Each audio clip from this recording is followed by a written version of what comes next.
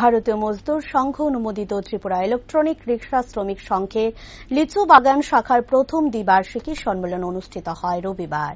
এদিন দুর্জয়নগর স্কুলের সম্মেলন উপস্থিত ছিলেন প্রাক্তন বিধায়ক ডক্টর দিলীপ দাস সহ সংগঠনের অন্যান্য নেতৃত্ব। সংবাদ মাধ্যমের সামনে সম্মেলনকে স্বাগত জানিয়ে ডক্টর দিলীপ দাস বলেন, বরচলা কেন্দ্রে 56টি ইলেকট্রনিক রিক্সা রয়েছে, এখন তার একটি স্থায়ী ঠিকানা পেয়েছে। তিনি আরো বলেন, সংঘে ও সংগঠনকে আমরা বিশ্বাস করি। সংগঠন হচ্ছে সংগঠিত শক্তি। সেই সংগঠন যতক্ষণ পর্যন্ত জনকল্যাণে, বহুজন হিতায় এবং বহুজন সুধায়ে কাজ করবে, আমরা তাদের সমর্থনে থাকব। সম্মেলনের প্রস্তুতি কমিটির কনভেনার বিশ্বজিৎ দাস স্বাগত ভাষণ প্রদান করেন।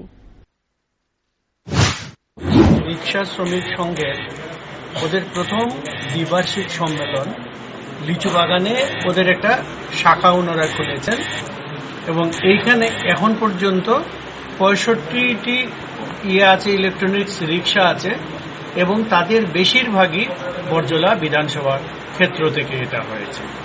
এবং এটা আমরা বহুদিন ধরে চাইছিলাম যে আমাদের যারা পারমিট দিয়েছি তারা যেন একটা স্টেশন পায় এবং তাদের রোজগারের জন্য একটা রাস্তা হয়। তো এটার উপর ভিত্তি করে আজকে ইলেকট্রনিক রিক্সা শ্রমিক সংঘ আজকে যে প্রথম আয়োজন করেছে দ্বিবার্ষিক সম্মেলন, এটাকে আমি স্বাগত জানাই।